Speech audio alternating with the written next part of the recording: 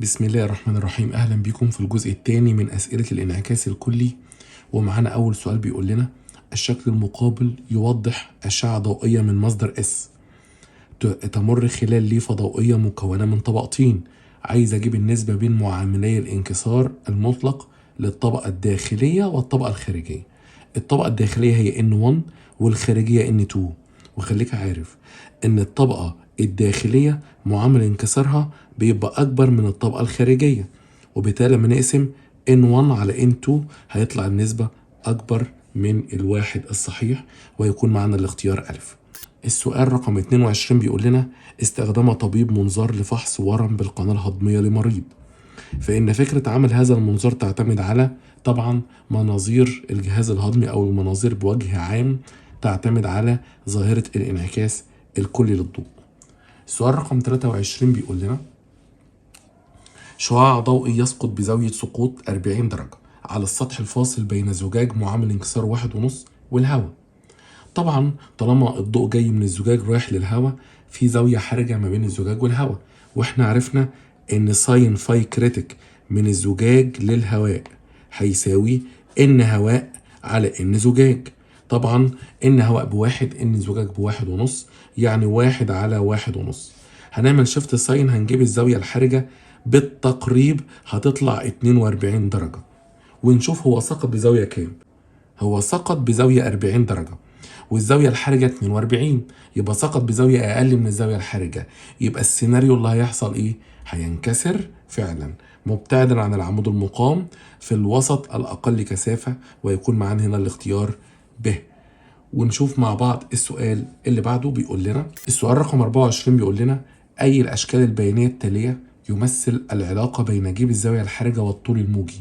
طبعا خليك عارف ان الساين فاي كريتيك عكسي مع معامل الانكسار، ومعامل الانكسار عكسي مع الطول الموجي، وطبعا معامل الانكسار عكسي مع السرعة، يعني الزاوية الحرجة طرد مع الطول الموجي وكمان طرد مع السرعة، فبالتالي هناخد الاختيار ب.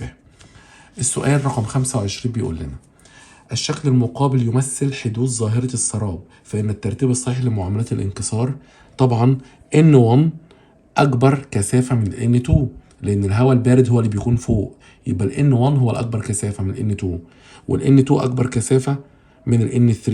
وبالتالي لو هرتب طبقات الهواء طبقا لمعاملات الانكسار هيبقى N1 أكبر من N2، N2 أكبر من N3، N3 أكبر من N4، وطبعا هنا الاختيار ألف. السؤال رقم 26 بيقول لنا الشكل المقابل يوضح شعاع ضوئي يمر من الوسط X إلى الوسط Y في اتجاه الوسط Z. تمام، عاوز إيه؟ عايز يرتب معاملات الانكسار. طب تعالى كده نشوف هو أيهم أكبر كثافة، الوسط X ولا الوسط Y؟ شوف هو الضوء لما جه من X راح لواي انكسر وباين قوي اهوت إن هو بعيد عن العمود المقام، فده دليل إن معامل انكسار الوسط X أيوه أكبر كثافة من معامل انكسار الوسط Y لأنه انكسر مبتعدا. وباين قوي دلوقتي ان لما جه من واي راح لزد انعكس انعكاس كلي، والانعكاس الكلي طبعا احنا عارفين ان بيبقى من الوسط الاكبر كثافه للوسط الاقل كثافه. طبعا يبقى هنا هنلاقي ان معامل انكسار واي اكبر من معامل انكسار زد، وطبعا يبقى الان اكبر من الواي والواي اكبر من الزد، يبقى هنختار الاختيار ب. ونشوف مع بعض السؤال رقم 27 بيقول لنا ايه. السؤال رقم 27 بيقول لنا في الاوساط x y z معاملات انكساراتها n x n y n z على الترتيب.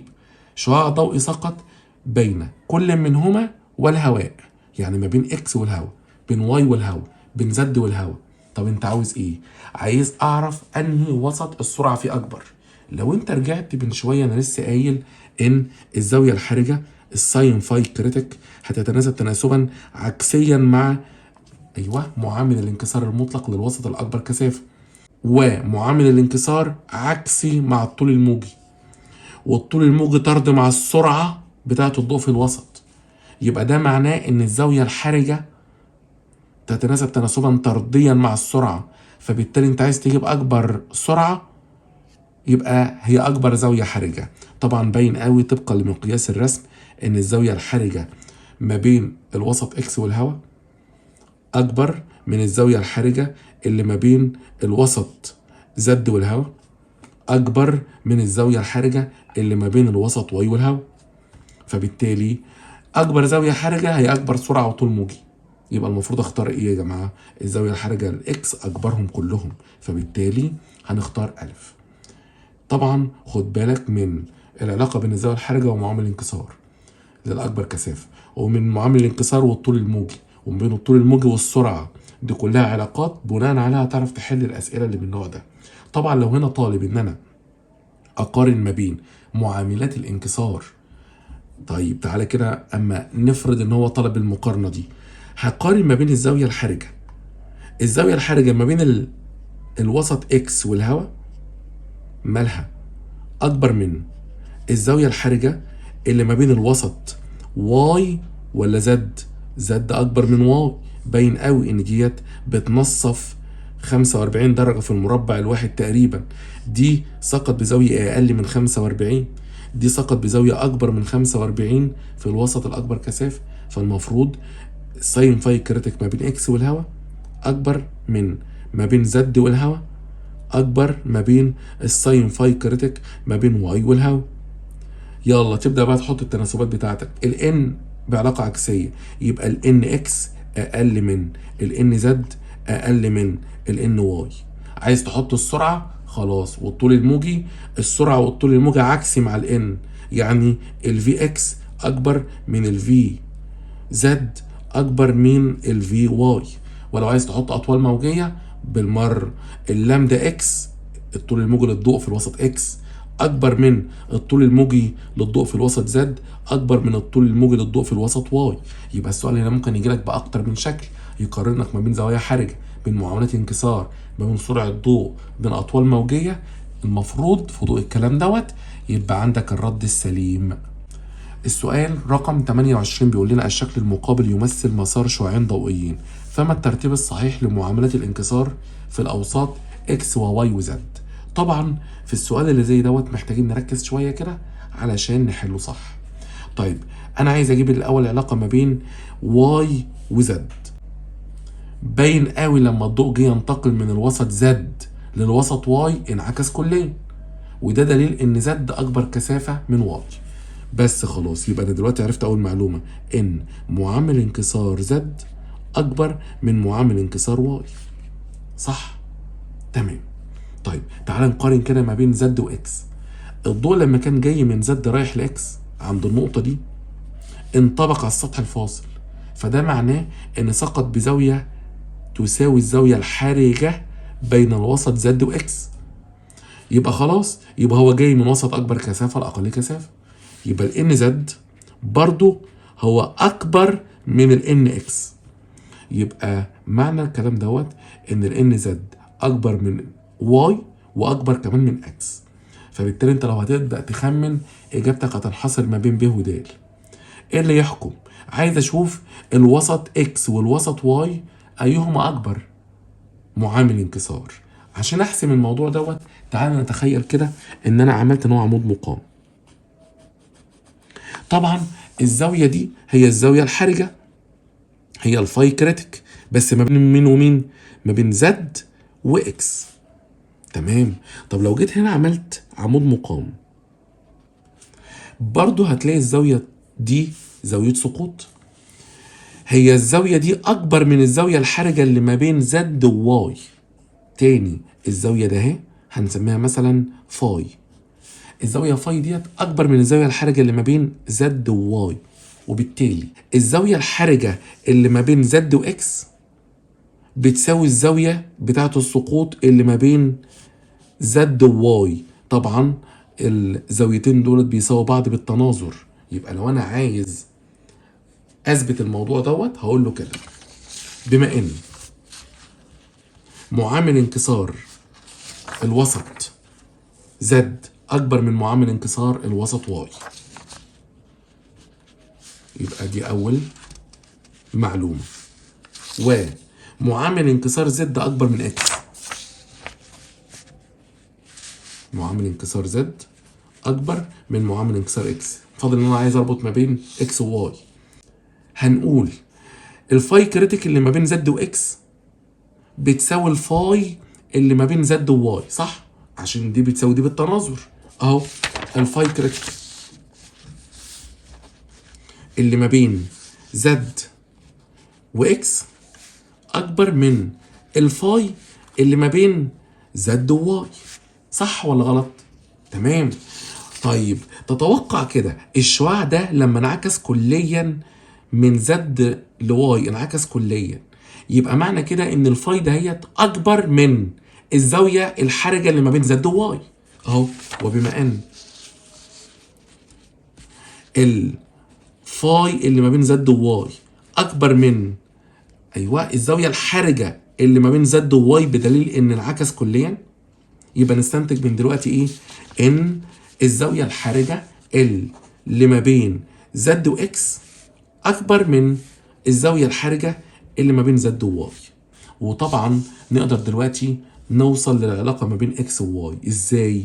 هو الزاويه الحرجه اللي ما بين زد واكس، مش انا المفروض عارف ان ساين فاي كريتيك بتساوي ان اقل على ان اكبر؟ طبعا الان اكس اقل من الان زد، فاقول العلاقه دي الفكه بتاعتها ان اكس على ان زد اكبر من الفاي كريتيك اللي ما بين زد واي. الساين فاي كريتيك اللي ما بين زد واي هتعتمد على النسبه دي اللي هي مين؟ ان اقل على ان اكبر. وطبعا زي ما انا من شويه كنت لسه بقول لك ان معامل انكسار واي اقل من زد، فالمفروض هنا اقول ان واي على ان زد.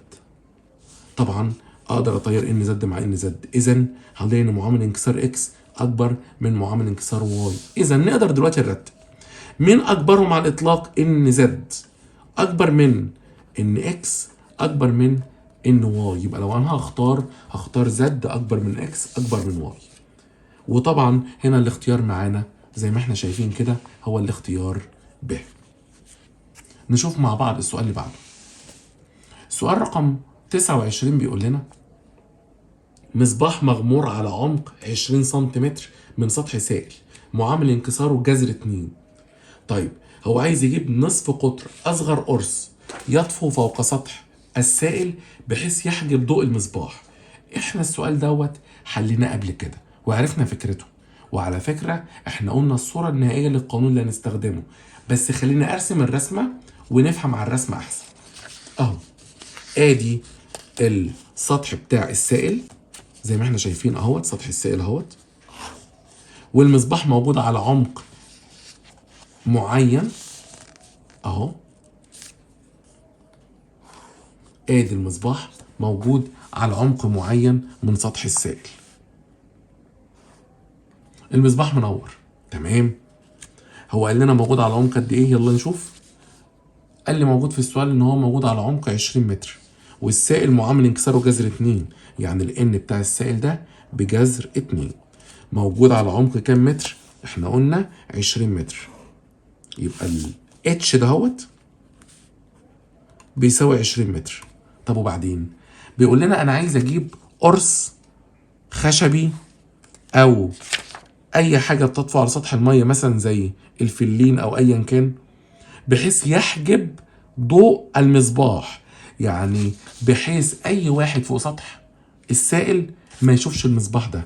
نتخيل ان القرص اهو اللي يتحط اهوت هيتحط على سطح السائل بحيث اي حد فوق ما يشوفش الايه؟ ما يشوفش المصباح. طب اقل شيء ان الضوء لما يجي ينتقل من السائل للهواء ينطبق على السطح الفاصل بالمنظر ده. ساعتها اقل تقدير اي واحد فوق سطح الميه مش هيشوف الضوء اللي جاي من المصباح. وكون ان هو يبقى مماثل للسطح الفاصل بالشكل ده، لو انا هنا عملت عمود مقام اقدر اجزم ان الزاويه دي زاويه حرجه، يبقى دي زاويه حرجه فاي كريتيك اللي ما بين السائل والهواء. طب فرضا انا مش عايز الضوء يظهر من الناحيه دي، فهو اقل تقدير ما يظهرش لو انطبق مماثل. طبعا لو انعكس كليا مش هيظهر برضو، بس انا عايز اجيب اقل زاويه، فبالتالي لازم يبقى الزاويه دي برضو زاويه حرجه. ايوه علشان ينطبق ساعتها على السطح الفاصل. فبالتالي لو واحد جه بص من فوق من هنا مش هيشوف الايه؟ مش هيشوف الضوء بتاع المصباح. لو واحد جه بص من هنا بالتاكيد مش هيشوف ضوء المصباح. طب لو واحد جه بص من هنا مش هيشوف ضوء المصباح، فضوء المصباح مش هيخرج بره. طب ازاي اجيب بقى نصف قطر القرص ده؟ هنفرض مثلا نصف قطره ار. طبعا احنا حلينا فكره زي دي قبل كده لما قلنا ده حرف زد، فهنشتغل على المثلث ده. الزاويه دي زاويه حرجه برضو عشان ده حرف زد، فالزاويه دي بتساوي الزاويه دي بالتبادل. حلو. طب لو انا معايا الزاويه دي وانا عايز اجيب المقابل، ومعايا المجاور اللي هو الاتش ده اهو ب 20، هقدر اجيب الار. طبعا هقول تان فاي كريتيك بيساوي ار على اتش. كمان مره الخطوات اللي هنعملها هنا كالاتي: هنجيب الاول الزاويه الحرجه. طبعا الزاويه الحرجه ساين فاي كريتيك هيساوي 1 على ان، يعني 1 على جذر 2. ولما نعمل شيفت ساين هيطلع الزاويه الحرجه اللي ما بين السائل والهواء 45 درجه. خلاص. وطالما الزاويه الحرجه ده اهي ب 45، يبقى الزاويه ده اهي برضه ب 45 بالتبادل. خلاص. شايف المثلث ده؟ هنجيب الضلع ده اهو، مش ده مثلث قايم؟ هنجيب الضلع ده، هنقول ايه؟ تان 45 بتساوي ار على اتش. اهي تان 45 بيساوي ار اللي انا عايز اجيبها على الاتش اللي هو العمق. الار اللي انا عايز اجيبها الاتش اللي هو العمق ب 20. خلاص. تان 45 بواحد، اذا نصف القطر هيساوي 20 في 1 ب 20 متر. يبقى ده معناه ان هنجيب قرص خشبي نصف قطره 20 متر. هو عاوز ايه؟ اصغر نصف قطر للقرص الذي يمكن ان يطفو على سطح السائل بحيث يحجب، يبقى 20 سنتي. وطبعا يا جماعه هو هنا الوحدات كلها بالسنتيمتر مش بالمتر. هنا الوحدات بتاعتنا بالسنتيمتر مش بالمتر، يبقى هي 20 سنتي. السؤال الثاني بيقول لنا: فإذا زاد عمق المصباح تحت سطح السائل فإن نصف قطر القرص اللازم لحجب ضوء المصباح هيزيد ولا يقل؟ نرجع للعلاقة بتاعتنا. مش التان فاي كريتيك بتساوي ار على اتش؟ تمام. طب لو زاد العمق اكيد هيزيد نصف قطر القرص اللي هيتحط على سطح السائل بحيث يحجب، لان الزاويه الحرجه ثابته ما بين الوسطين، فلو الاتش زاد الار زادت. ففعلا لو العمق زاد هنحتاج لقرص اكبر نصف قطر، يبقى الاجابه الف يزداد. السؤال رقم 30 بيقول لنا: اذا كان معامل انكسار الزجاج اكبر من معامل انكسار البنزين اكبر من معامل انكسار الميه، وكانت الزاويه الحرجه بين الزجاج والبنزين فاي كريتيك 1، والزاويه الحرجه بين الزجاج والماء فاي كريتيك 2، عايز اجيب فاي كريتيك 1 على فاي كريتيك 2. طبعا بكل بساطه اللي احنا ممكن نقدر نعمله نشوف القانون بتاعنا. مش الفاي كريتيك 1 هتعتمد على النسبه ما بين معاملات انكسار؟ مين على مين؟ الاقل على الاكبر. هو بيقول لك بين الزجاج والبنزين، يبقى اقول ان بنزين على ان زجاج على، تمام، على، هو عايز الفاي كريتيك 2. الفاي كريتيك 2 اللي ما بين مين ومين؟ الزجاج والميه. يبقى هقول الاقل على الاكبر، ان ميه على ان زجاج، اهو ان ميه على ان زجاج. هنختصر ان زجاج مع ان زجاج، هيتبقى فوق ان بنزين وتحت ان ميه. جماعه هو لو انا قلت لك ان بنزين على ان ميه ايهما اكبر؟ من العلاقه اللي هو مديهاني ان بنزين اكبر من ان ميه، فالنسبه دي تبقى اكبر من الواحد الصحيح، وهنا هيكون معايا الاختيار ب. السؤال رقم 31 طبعا هو رياضي لحد كبير. تعالى بينا اما نشوف السؤال ده بيقول لنا ايه. شعاع ضوئي يسقط على شريحه مربعه من ماده شفافه كما بالشكل. طب وبعدين؟ قال لنا انا عايز اجيب قيمه معامل انكسار ماده الشريحه او الشريحه الشفافه دي بحيث يخرج الشعاع ممثل للسطح الفاصل زي ما انت شايف. طيب انا عشان اجيب معامل انكسار هعمل معادلتين: معادله عند الدخول النقطه 1 اهي، ومعادله عند الخروج وهي نقطه 2. تعالى كده نعمل معادله عند الدخول. مش انا عارف ان معامل الانكسار بتاع ماده الشريحه هيساوي ساين فاي على ساين سيتا؟ طبعا يلا نعملها كده اهو. الان هيساوي ساين فاي على ساين سيتا. الان انا مش عارفها. ساين فاي انا شايف الضوء ساقط بزاويه 45، يبقى اقول له ساين 45 على ساين السيتا ده اهي انا برضو مش عارفها، مجهوله يعني.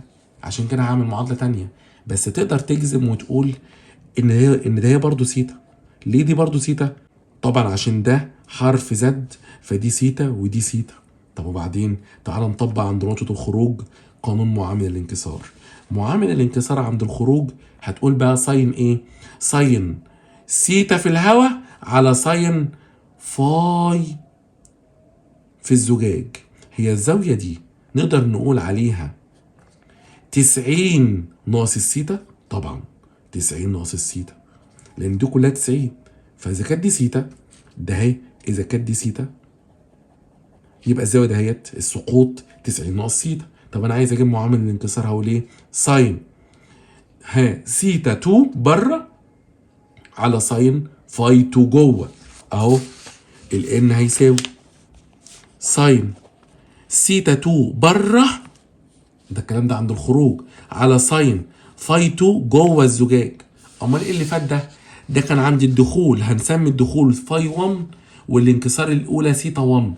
انما ده انا جاي اخرج، فبقول الزاويه اللي بره على الزاويه اللي جوه. طيب طبعا ده من قانون سنيل. ده كله هيساوي ساين السيتا 2 بره ب 90 اهي.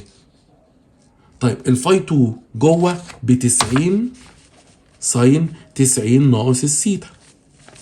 جميل.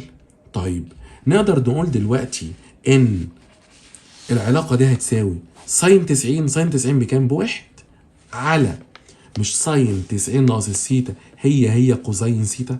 طبعا هنسمي العلاقه دي رقم 2، والعلاقه دهيت هنسميها الاولانيه دي رقم 1. مش الان هي الان؟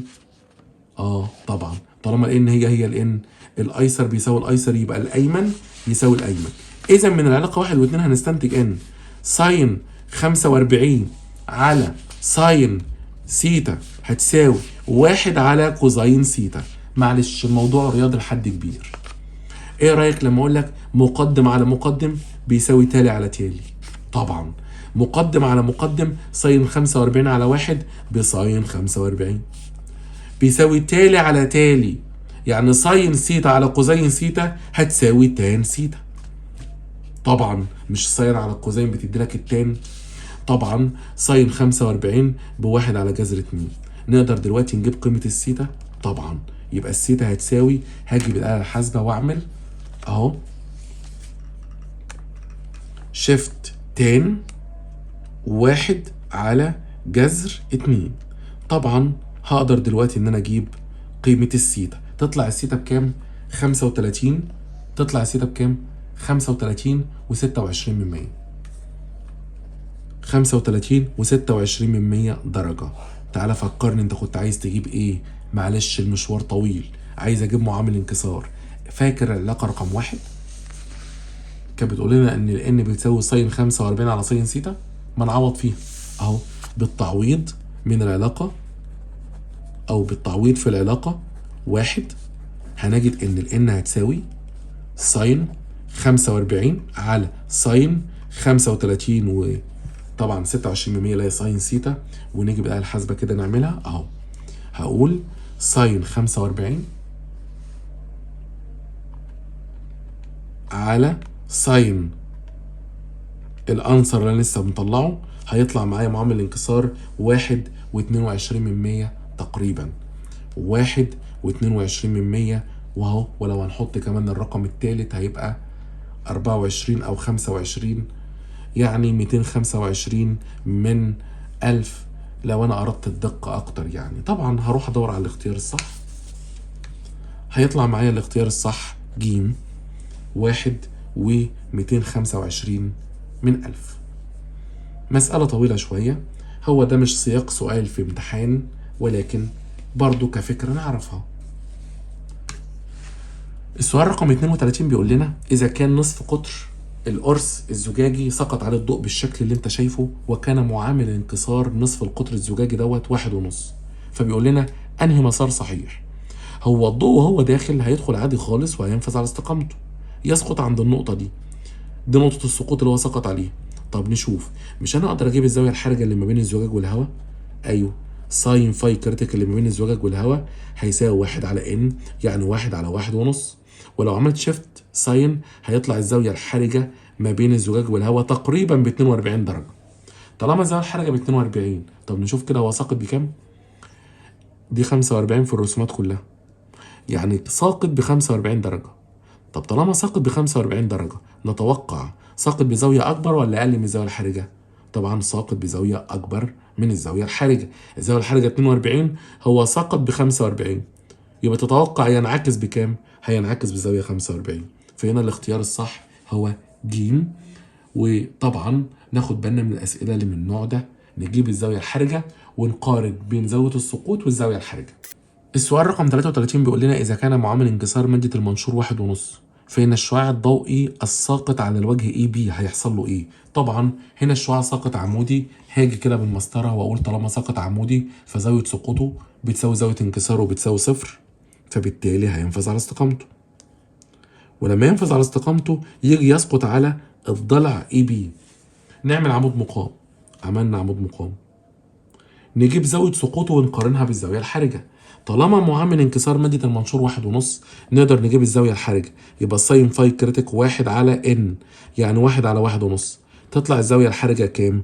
اعمل شيفت ساين، هتطلع الزاوية الحرجة بالتقريب 42 درجة. طب هو ساقط بزاوية كام؟ هو ساقط بزاوية 45، الزاوية السقوط دي 45. طب طالما 45 ساقط بزاوية أكبر من الزاوية الحرجة، يبقى ينعكس كليا. وعلى فكرة ده منشور عاكس، يعني هينعكس كليا بالشكل ده. وتعالى كده بنأكد على الزوايا ورا بعض كده، يلا. مش دي 45 درجة برضو؟ ودي 45 ودي 45، ففعلا لازم يسقط هنا عمودي وينفذ على استقامته. وعلشان كده الشعاع الساقط على الوجه اي بي هينعكس كليا وهيكون الاختيار د. تمام. وطبعا بيقول لنا اذا كان معامل انكسار مادة المنشور جذر 2، فان الشعاع الساقط على الوجه اي بي غير لك معامل الانكسار. هل الزاويه الحرجه هتفضل زي ما هي؟ لا طبعا. هات لي الزاويه الحرجه في الوضع الجديد، هقول له يبقى الساين فاي كريتيك هتساوي 1 على ان، يعني 1 على جذر 2، عشان ان بجذر 2. اعمل شيفت ساين هتطلع الزاويه الحرجه ب 45. وجهه نظرك دلوقتي لما يبقى الزاويه الحرجه 45 وهو ساقط ب 45 على الضلع اي بي، يعني ساقط بزاويه بتساوي الزاويه الحرجه، ساعتها هيحصل له ايه؟ ساعتها بقى هيبقى المسار الجديد بتاعه هينطبق على السطح الفاصل، هيخرج مماسا على الضلع اي بي. يبقى هنا الاختيار الصح هينفذ مماسا لهذا الوجه، للوجه اي بي، لان لو معامل انكسار جذر 2 هيسقط بزاويه سقوط تساوي الزاويه الحرجه في هذه الحاله. وساعتها هيكون هنا الاختيار الصح ايه؟ د، لان ساعتها هينفذ مماسا على الوجه ده كده. طبعا ده منشور عاكس. السؤال رقم 34 بيقول لنا الشكل المقابل، ماذا يحدث للأشعة الضوئية عند زيادة زاوية السقوط فاي؟ هيحصل ايه للأشعة الضوئية؟ طبعا هنا بيقول لك ينعكس الشعاع اكس اي كليا عند النقطة ايه. طبعا هنا مش هيحصل انعكاس كلي خالص، عشان ده جاي من الهواء للزجاج، فده ما ينفعش يحصل عند النقطة ايه دهيت انعكاس كلي. تمام. ولا يحصل عند نقطة سي خالص انعكاس كلي. ليه؟ عشان يكون ساقط عمودي، فبالتالي استحالة هيحصل انعكاس كلي عند النقطة سي. يبقى أنا هستبعد ألف وب. طيب هتزداد شدة الشعاع بي زد؟ بي زد ده شدته هتزيد ولا هتزيد شدة الشعاع بي واي؟ طبعا أنا عشان أحدد موضوع زي ده لازم أعرف هو إيه اللي حصل في الرسمة اللي قدامي. المفروض الشعاع بي زد مرسوم على الخفيف، يعني شدته صغيرة، يعني هنا معظم الأشعة انطبقت على السطح الفاصل وقليل منها مشي في المسار ده. طب لما نزود زاوية السقوط فاي يحصل ايه؟ انت كده معظم الأشعة انطبقت، يعني دي تعتبر زاوية حرجة. طب لو انا زودت الزاوية دي، يعني زودت زاوية السقوط عن الزاوية الحرجة، هتحصل ايه؟ هتلاقي معظم الأشعة تنعكس كليا، هتلاقي كل الأشعة تقريبا هتمشي في المسار بي زد، يبقى شدة الشعاع بي زد هتزيد، ويكون هنا الاختيار ج. السؤال رقم 35 بيقول لنا ما الضوء الذي له أقل قيمة للزاوية الحرجة عند انتقاله من الزجاج إلى الهواء؟ أنا قلت كتير إن الزاوية الحرجة هتتناسب تناسبا طرديا مع الطول الموجي. أنت عايز تجيب أقل زاوية حرجة، خد أقل طول موجي. أقل طول موجي فيهم هو مين؟ البنفسجي، فالاختيار د. السؤال رقم 36 بيقول لنا إذا سقطت حزمة من أشعة الضوء الأبيض على السطح الفاصل بين الزجاج والهواء كما بالشكل، انكسر الضوء الأخضر ممسا. شايف الضوء الأخضر انكسر ممسا إزاي؟ طب باقي الأشعة إيه مصيرها؟ تفتكر هو طالما انكسر الضوء الأخضر ممسا تبقى دي زاوية حرجة سقط بها الضوء، تمام؟ طب تعالى نفتكر كده مع بعض، امتى فرص الانعكاس الكلي تزيد؟ كل ما كانت الزاوية الحرجة صغيرة فرص الانعكاس الكلي هتبقى أكبر، تمام؟ طب الزاوية الحرجة انت عارف علاقتها بالطول الموجي طردي، مش انا عارف ان الطول الموجي للون الأخضر اللامدا للجرين أقل من اللامدا للأحمر وأقل من اللامدا للبرتقالي. اهو انا عارف ان اكبرهم طول موجي هو الاحمر، اللي بعديه الاقل منه البرتقالي، الاقل منه الاصفر، وبعد كده الاخضر. يعني اللامدا ريد اكبر من اللامدا اورنج، اكبر من اللامدا يلو، وطبعا اللامدا يلو اكبر من اللامدا جرين. فبالتالي طالما الاطوال الموجيه احنا عرفنا نرتبها، يبقى هقدر ارتب الزوايا الحرجه. مش الزاويه الحرجه اللي الضوء انطبق بيها كانت بتاعه الاخضر، يبقى اي زاويه تانية حرجه هتبقى اكبر من الزاويه الحرجه للضوء الاخضر.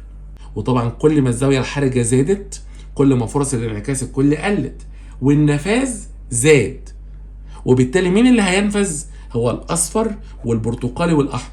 السؤال رقم 37 بيقول لنا سقط شعاع ضوئي اي بي بزاويه سقوط 60 درجه زي ما احنا شايفين في الرسم، تمام، وبعدين انكسر كما بالشكل المقابل. ماذا يحدث للشعاع الضوئي عند نقطه سي؟ طبعا انا عشان اعمل حاجه زي دي او اعرف هيحصل له ايه عند نقطه سي لازم اجيب الاول زاويه سقوطه عند سي، صح؟ وقارنها بالزاويه الحرجه اللي ما بين ماده الليفه والهواء. هو معامل انكسار ماده الليفه 1.68%، يعني الساين فاي كريتيك، يبقى كده هحسب ساين فاي كريتيك اهوت، هقول 1 على ان ليفا، يعني 1 على 1.68%، واعمل شيفت ساين هتطلع الفاي كريتيك كام؟ هتطلع الفاي كريتيك تقريبا 36.5 درجة. طب يلا بينا نشوف دلوقتي الزاوية دي كام. طب ازاي اجيب الزاوية دي؟ وجهة نظرك ايه لو انا مديت العمود ده على استقامته؟ مش ده هيبقى مثلث قايم؟ طب ما تيجي نجيب الزاوية اللي انكسر بيها جوه الليفة. طيب اجيب الزاوية ده اهي هنسميها مثلا سيتا، اجيبها ازاي؟ طبعا اقدر ان انا استخدم قوانين الانكسار اللي احنا خدناها قبل كده. تعالوا بينا نطبق قوانين الانكسار عشان نجيب زاوية الانكسار. مش الان بتساوي ساين فاي على الساين سيتا، تمام، والان ديت اللي هي ان مين؟ الان للوسط الاكبر كثافة على الان للوسط الاقل كثافة اللي هو الهواء، عشان كده انا ما كتبتش الان للهواء بواحد. الان دي بكام؟ هو مداني في السؤال ب1.68%، اهو 1 اعوض عنه ب1.68%، كل ده بيساوي الساين فاي اللي سقط بيها، سقط بزاوية 60 درجة اهو، اقول سقط بزاوية 60 درجة. نقدر دلوقتي نجيب زاوية الانكسار سيتا؟ طبعا. نعمل ايه؟ هنعمل مقص، هنقول ساين 60 على 1.68، والرقم اللي يطلع اعمل شيفت ساين انسر، اطلع القيمة تطلع الزاوية 31 درجة. يعني معنى الكلام ده ان هو انكسر جوه الليفة ب31 درجة تقريبا، يعني يبقى الزاوية دي ب31 درجة. طب طالما السيتا دي ب31 ودي 90، نعرف نجيب الفاي اللي سقط بيها هنا. هيبقى الفاي اللي سقط بيها على النقطة سي قيمتها كام؟ نقول 180 ناقص 90 زائد السيتا اهو، يبقى الفاي هتساوي 180 ناقص 90 زائد السيتا اللي هي 31 درجة. نشوف كده هيسقط بزاوية كام؟ اهو 180 ناقص 90 زائد الزاوية بتاعت الانكسار 58.9، يعني الفاي هنا ب 58.9 تقريبا، يعني تقريبا كده قول 59 درجة، يعني ساقط ب 59 درجة، والزاوية الحرجة 36. تتوقع يحصل له ايه؟ يحصل له انعكاس كلي. يحصل له انعكاس كلي بكام؟ يحصل له انعكاس كلي ب 58 درجة و97% تقريبا لو احنا قربنا، يعني اهو 97%. وطالما سقط بالزاوية ديت هينعكس بيها، يبقى هنا الإجابة ألف، هينعكس كليا من النقطة سي بزاوية 58 و97%. السؤال رقم 38 بيقول لنا الشكل المقابل يمثل مسار شعاع ضوئي خلال منشورين ثلاثيين 1 و 2 من مادتين مختلفتين وضعا متلاصقين تماما كما بالشكل. اداني معامل الانكسار بتاع مادة المنشور التاني بواحد 55%، يعني المنشور التاني ده معامل انكساره 1 55%. طيب انا عايز اعرف معامل انكسار مادة المنشور الاولاني، مش هو سقط من المنشور الاولاني وانطبق على السطح الفاصل؟ طب سقط بزاوية كام؟ تعالى كده اما نشوف. هو المفروض الزاوية دي 45 درجة، تمام، ودي 45 درجة، ودي 90، تبقى دي بقية ال 180 ب 45 درجة، وطالما دي 45 درجة ودي كلها 90 يبقى سقط ما بين الوسط الأول والتاني بزاوية 45 درجة. يبقى هو أنا ساقط بزاوية 45. نعرف نشغل قانون الزاوية الحرجة؟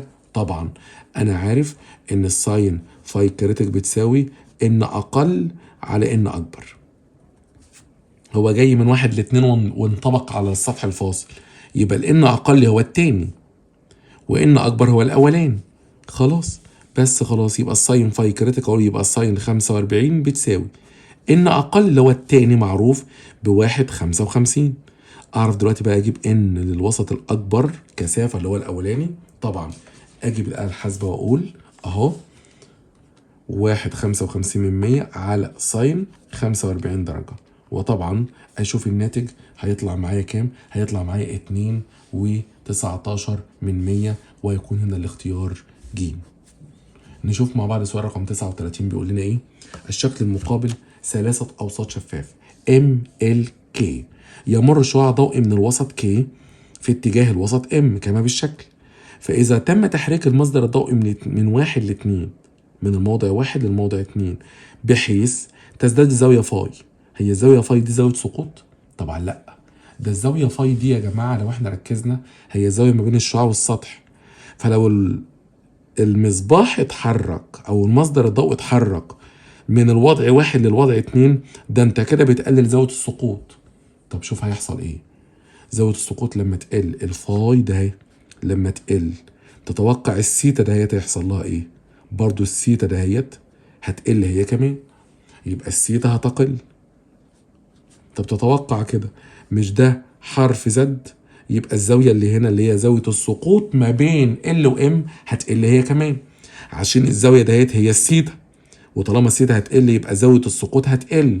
مش هو كان ساقط بزاوية بتساوي الزاوية الحرجة عشان انطبق؟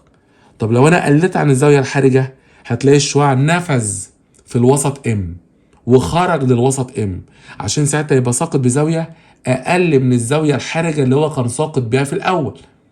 وطالما ساقط بزاوية اقل من الزاوية الحرجة ما بين ال و ام هينفذ للوسط ام مبتعدا عن العمود المقام، يبقى هينكسر مبتعدا عن العمود المقام في الوسط ام، وهيكون معانا هنا الاختيار ب. نشوف مع بعض السؤال اللي بعده. السؤال رقم 40. السؤال رقم 40 بيقول لنا سقط شعاع ضوئي من وسط 1 إلى الوسط 2، علما بأن الوسط 1 كان معامل انكساره N، راح للوسط 2، معامل انكسار الوسط التاني ده أقل من ال N، يعني بالبلدي كده جاي من وسط أكبر كثافة لوسط أقل كثافة.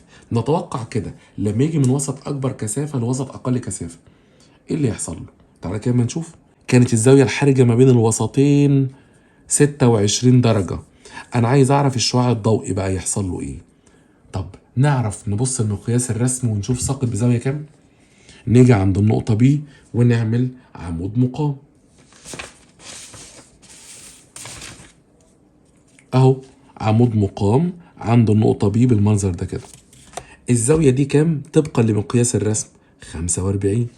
اصل هي مرت بمنتصف المربع، فلو دي 90 المربع عامل لك 90 فهو نصف المربع، يعني كان ساقط بزاوية 45. والزاوية الحرجة كام؟ 26، يعني ساقط بزاوية أكبر من الزاوية الحرجة. يحصل له انعكاس كلي، وطالما يحصل له انعكاس كلي يبقى لازم هيرتد للوسط واحد، يبقى احتمال ان هو يروح للوسط التاني مش موجود. تمام. طب ايه وجهة نظرك، يروح لكي ولا يروح لاكس؟ المفروض هينعكس بزاوية انعكاس تساوي زاوية السقوط اللي دخل بيها، وبالتالي طالما الزاوية دي 45 فانا نصفت مربع، فهنا هنصف برضو المربع ده، فيبقى دي برضو ب 45 درجة. يبقى هنا لازم هيمر الشعاع بالنقطة كي، وهنا هيكون الاختيار د. السؤال رقم 41 بيقول لنا الشكل المقابل يمثل شعاع ضوئي يسقط من وسط A معامل انكساره N على السطح الفاصل مع الهواء، فإن الشعاع الضوئي لا يمكن أن يمر بأنهي نقطة. طبعا هنا عايزنا نختار النقطة اللي الشعاع الضوئي لا يمكن أن يمر بها. طب تتوقع كده النقطة إكس ولا واي ولا زد ولا كي؟ طيب هل ممكن يمر بالنقطة إكس؟ يعني يسقط بين وسطين بميل كده وينفذ على استقامته؟ طبعا استحالة، فالنقطة إكس استحالة يمر بيها. النقطة واي ممكن ينكسر مبتعدا عن العمود المقام، ممكن ينكسر منطبقا على السطح الفاصل، ممكن ينعكس كليا وده احتمال وارد لو سقط بزاوية أكبر من الزاوية الحرجة.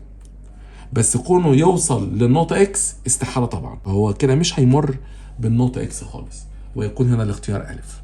السؤال رقم 42 بيقول لنا سقط شعاع ضوئي من الزجاج على السطح الفاصل مع الهواء بزاوية سقوط تساوي الزاوية الحرجة، فانكسر ممثل للسطح الفاصل.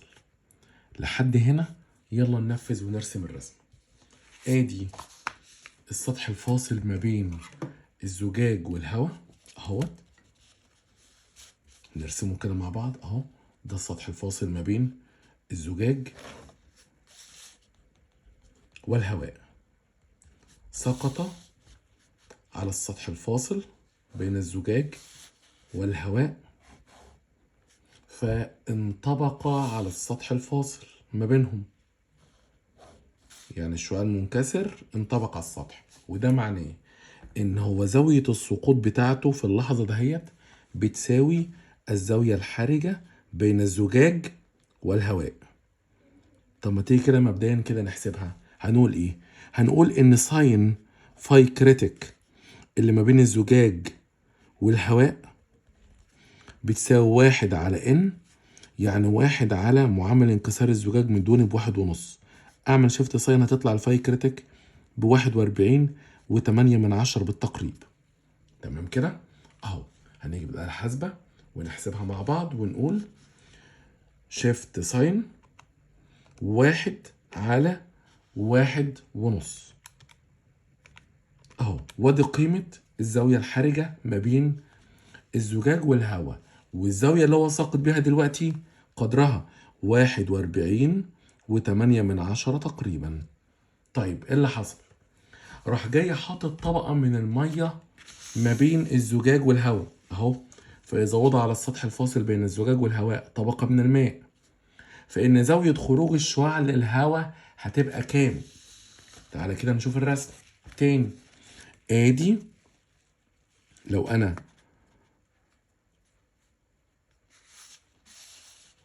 ادي الطبقة بتاعة المية اللي هو حطها اهي، ادي طبقة المية اللي هو حطها. دلوقتي بقى الترتيب دلوقتي مش زجاج هوا، بقى زجاج مية هوا. طب انا دلوقتي عشان اعرف الشعاع هيحصل له ايه لازم اجيب الاول الزاوية الحرجة ما بين الزجاج والمية، علشان اشوف هو ساقط بزاوية 41 اكبر ولا اقل من الزاوية الحرجة ما بين الوسطين دول.